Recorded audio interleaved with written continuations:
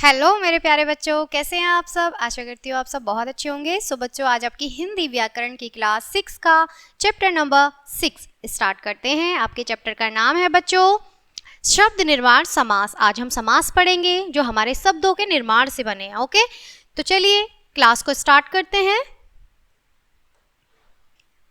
समास शब्द सम हलंत लगवाए बच्चों और आस के योग से बना हुआ है। सम हलंत का अर्थ है पास और आस का अर्थ है बैठाना।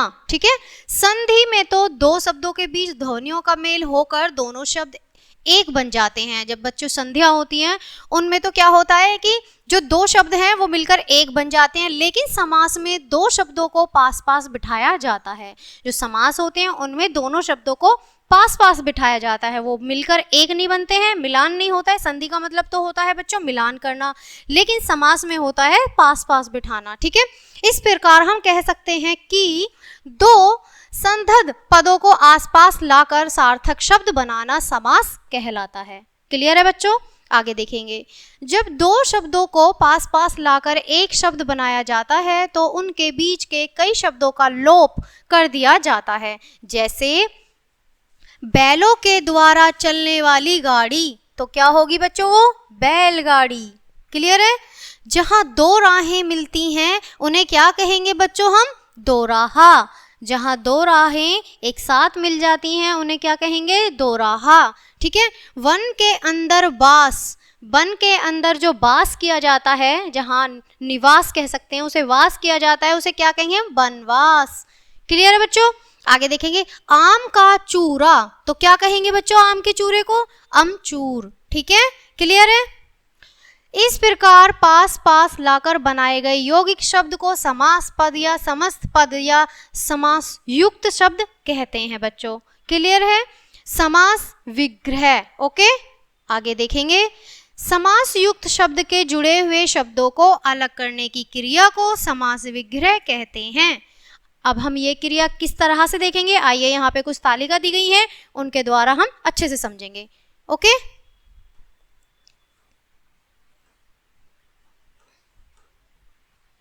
समास युक्त विग्रह। ठीक है, यहाँ देखेंगे समास विग्रह। ठीक है, यहाँ है देशभक्ति, सबसे पहले कॉलम में है हमारा देशभक्ति और दूसरे कॉलम में है देश के प्रति भक्ति। तो अब ये दो बन गए ना, तो कैसे हो गया कि एक तो है देशभक्ति और एक है देश के प्रति भक्ति। बात एक ही है लेकिन तरीका अलग अलग है। ओके, पेट दर्द, ठीक है, यहाँ एक है जो समास युक्त है। ठीक है, पेट दर्द, और समास विग्रह कैसे होगा, पेट का दर्द।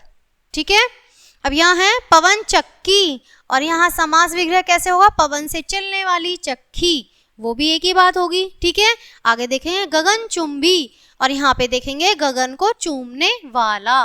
क्लियर है। आगे देखेंगे समास के प्रकार। अब बच्चों हम समास के प्रकार देखेंगे कि समास हमारे कितने प्रकार के होते हैं। ठीक है, समास 6 प्रकार के होते हैं बच्चों। कौन कौन से होते हैं, अवयवी भाव समास, तत्पुरुष समास, द्विगु समास, दवदव समास, दवन धवन समास और कर्म धारणे समास तथा बहुव्राही समास। ठीक है, ये हमारे कितने 6 तरह के होते हैं। ठीक है, सबसे पहले हम देखेंगे बच्चों यहाँ पर समास अवयवी भाव समास। ठीक है, जिस समास का पहला पद अवयवी होता है और पूरा समास युक्त पद अव्यय की तरह कार्य करता है उसे अवयवी भाव समास कहते हैं। जैसे समास युक्त शब्द, अब यहाँ पे भी कुछ तालिका दी गई हैं, इनके कुछ ये उदाहरण हैं, इन्हें अच्छे से देखेंगे। तो कौन कौन से होते हैं बच्चों, जैसे यथाशक्ति और शक्ति के अनुसार, समास विग्रह इसका कैसे बनेगा, शक्ति के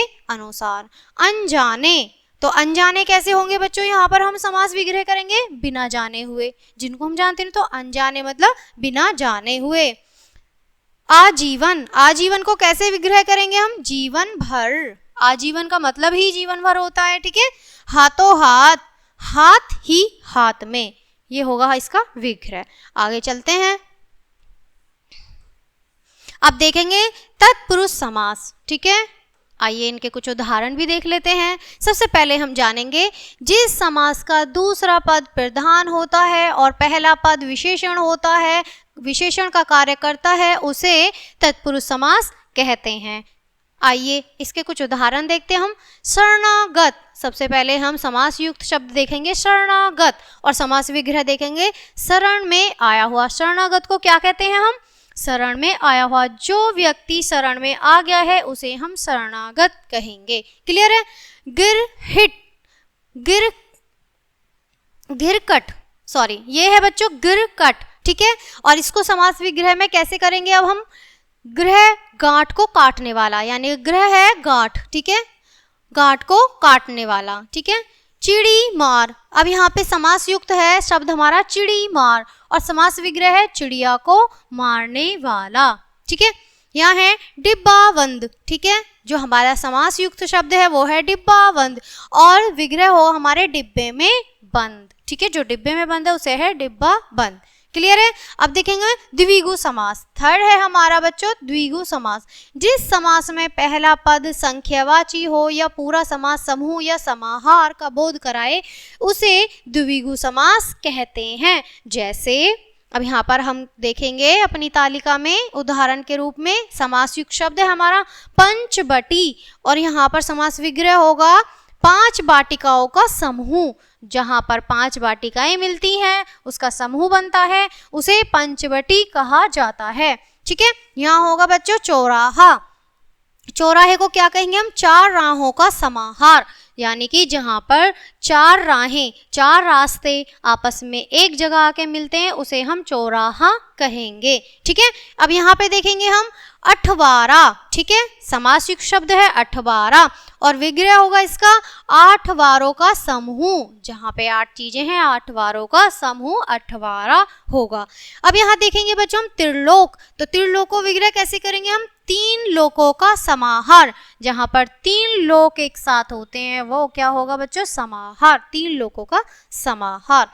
अब देखेंगे हम बच्चों द्वंद्व समास। जिस समास में दोनों पद समान रूप से प्रधान होते हैं उन्हें दोनों के बीच और शब्द का लोप होता है उसे द्वंद्व समास कहते हैं। यहाँ पर बच्चों हमारे जो समास है ये इसमें किस चीज से हमें पहचान होगी? और लगा दिया जाएगा समास के बीच, ठीक है। आइए आगे बढ़ते हैं, इसके कुछ उदाहरण दिए गए हैं, अच्छे से इन्हें पढ़ेंगे बच्चों। यहाँ पर समास युक्त दिया गया है उदाहरण माता पिता, तो अब हम माता पिता के बीच में और लगा देंगे। अभी हमने बताया था कि इसका जो मतलब है, ठीक है, तो क्या होगा? माता और पिता, ठीक है। यहाँ है सुख दुख, और सुख दुख में हमारा जो विग्रह होगा वो है हमारा समास विग्रह सुख और दुख, ठीक है। समास युक्त शब्द होगा आजकल, और समास विग्रह होगा आज और कल। मैंने बताया और लगेगा सभी में, ठीक है। राजा रानी, और यहाँ पर होगा बच्चों राजा और रानी। क्लियर है? अब देखेंगे हम आगे कर्मधारय समास। 5th है हमारा कर्मधारय समास। जिस समास के दोनों पदों में विशेषण, विशेष्य या उपमान, उपमेय का संबंध होता है उसे कर्मधारय समास कहते हैं। जैसे अब इसका उदाहरण दिए गए हैं बच्चों। कर्मधारय समास कैसे होते हैं? महाराज, यहाँ पर समास युक्त शब्द है महाराज, और समास विग्रह होगा महान राजा। महान राजा को ही महाराज कहेंगे, ठीक है। यहाँ पर है अंधविश्वास, जो समास युक्त शब्द है अंधविश्वास, तो समास विग्रह क्या होगा? अंधा विश्वास। क्लियर है? अधमरा, अब यहाँ पर है समास युक्त अधमरा, और समास विग्रह होगा आधा मरा हुआ, ठीक है। आगे देखेंगे बच्चों चरण कमल। अब हम चरण कमल को कैसे विग्रह करेंगे? कमल जैसे चरण, जिसके कमल जैसे चरण हो, जैसे भगवान श्री कृष्ण, तो क्या कहेंगे उन्हें? चरण कमल उनके, ठीक है। आइए यहाँ पर अब नेक्स्ट है हमारा बहुब्राही समास। अब हमारा जो 6 है एंड लास्ट है वो है बहुब्राही समास। जब 2 शब्द समास युक्त होकर किसी तीसरे शब्द का बोध कराते हैं तो उसे बहुब्राही समास कहते हैं। जैसे अब यहाँ पर कुछ उदाहरण दिए गए हैं, ठीक है, अच्छे से इन्हें रीड करेंगे, अच्छे से पढ़ेंगे बच्चों। सबसे पहले है हमारा पीताम्बर। समास युक्त शब्द है बच्चों हमारा पीताम्बर, और हमारा समास विग्रह कैसे होगा? पीले अंबर कपड़े वाला, यानी पीले कपड़े वाला, ठीक है। जिसने पीले कपड़े पहने हो उसे हम पीताम्बर कहेंगे, ठीक है। कमल नयन, अब यहाँ पर कमल नयन है तो हमारा समास विग्रह होगा कमल जैसे नयनों वाला।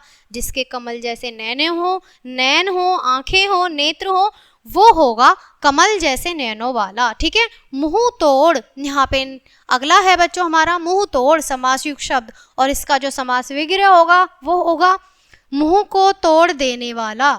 ठीक है। अब यहाँ पे है समासयुक्त शब्द बारहसिंगा। ठीक है, बारहसिंगा। अब यहाँ पर इसका समास विग्रह होगा बारह सिंगों वाला, यानी कि हिरण। ठीक है बच्चों, ये थे आपके समास। आई होप आपने अच्छे से समझे होंगे और अच्छे से समझ आए होंगे। आपकी क्लास ये यहीं ख़त्म होती है। मिलती हूँ मैं आपसे नेक्स्ट पार्ट में नेक्स्ट वीडियो के साथ। तब तक के लिए bye bye and thanks for watching.